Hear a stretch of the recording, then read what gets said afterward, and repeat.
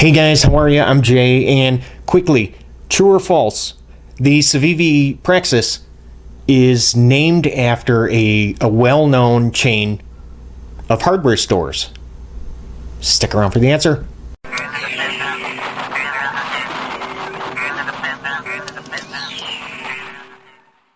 Yes, it is in fact named after a Dutch chain of hardware stores. Also, it's a test for in the United States it's a teacher certification exam.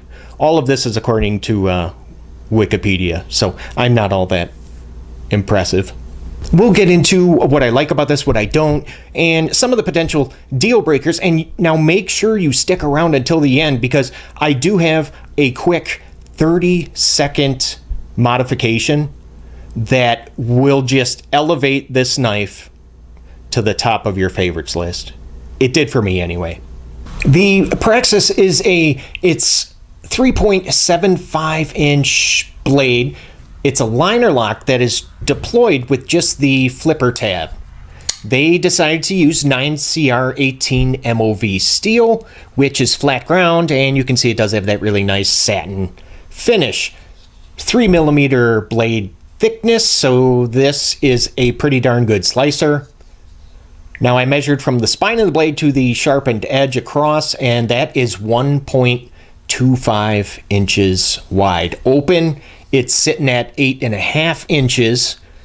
The handle, 4.75, which gives this really, really good blade to handle ratio. Now, when this is closed and in your pocket, it measures 1.42 inches. So it is under that 1.5 inch threshold that some of you like to stay under.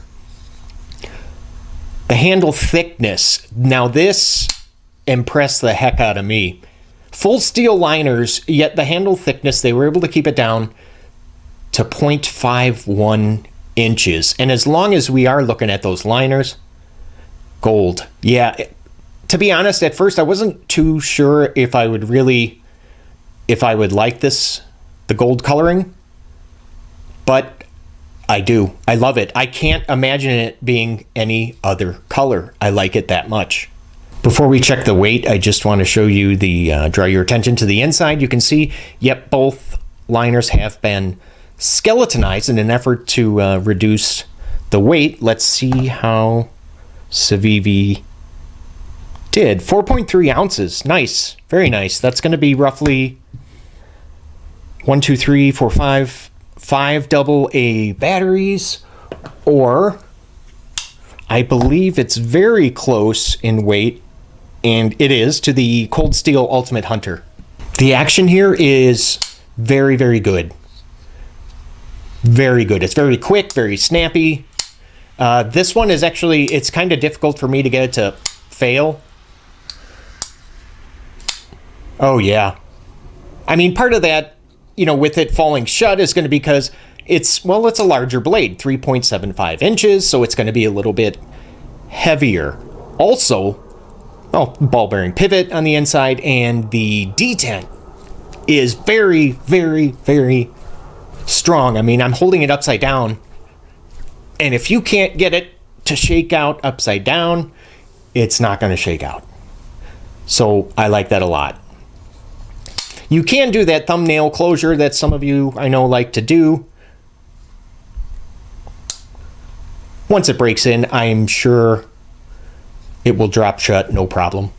I want to bring it in close just so you can kind of see the liner, and that it's, what would you say, about 15% that is locking up. Now, the pivot screw on my example here, it does work its way loose. I'm going to go ahead and check it right now.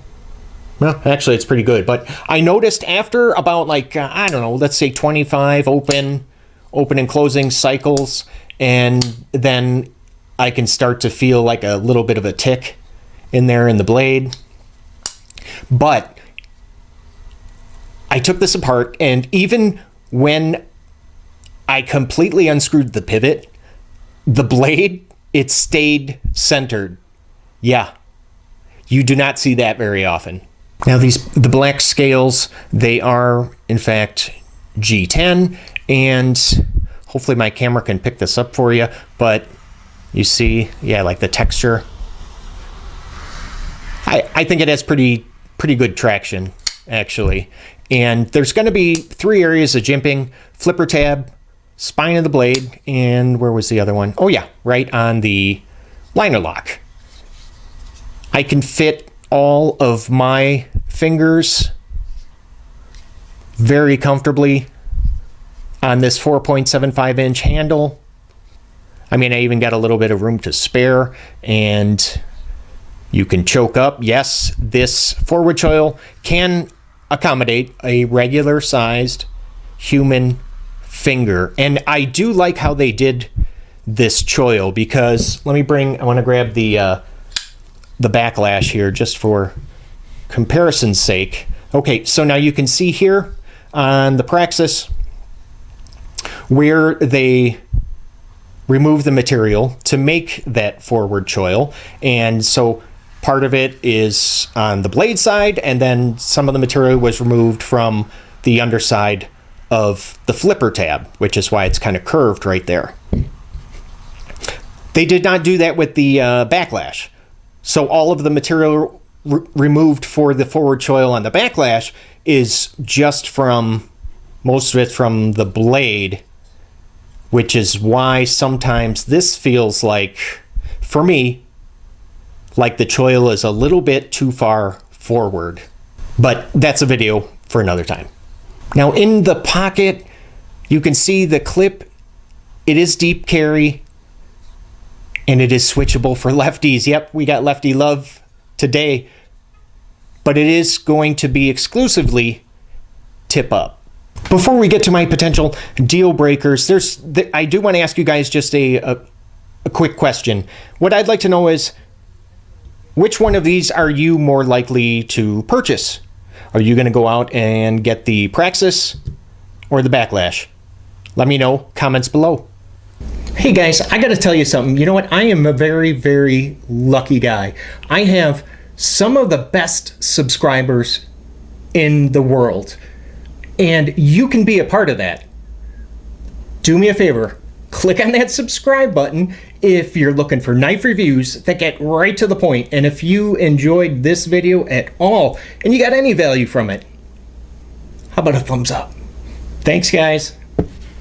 Potential deal breaker number 1 is going to be regarding the availability, and, well, I should say lack thereof, because these are becoming harder and harder to find for some reason. I mean, I know they're fantastic, but I did not expect to see so many retailers sold out of the Praxis and the Backlash. So, but if any of you have seen them anywhere in stock online, would you please just let me know in the comments section, so those of us that do not own this knife, you know, have a chance to find it. So yeah, wherever you have seen it in stock, just put that in the comment section. Next potential deal breaker is going to be regarding the liners. Now, as I stated earlier, I love the gold, but I could see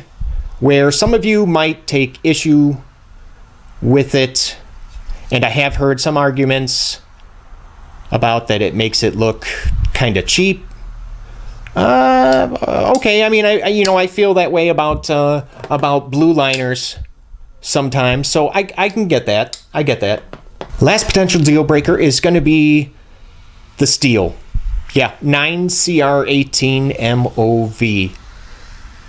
Good steel, but some that are not familiar with this may assume that it is just completely inadequate. I mean, come on. I mean, 9CR18 MOV looks a heck of a lot like 8CR13 MOV, 14 MOV. Last potential deal breaker is going to be regarding the flipper tab.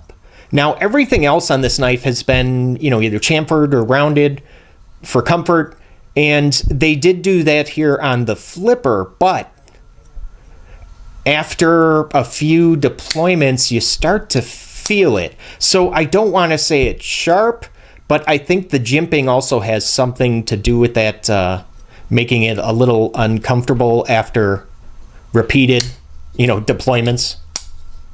So I actually might take a little bit of sandpaper and just knock that down just a little bit.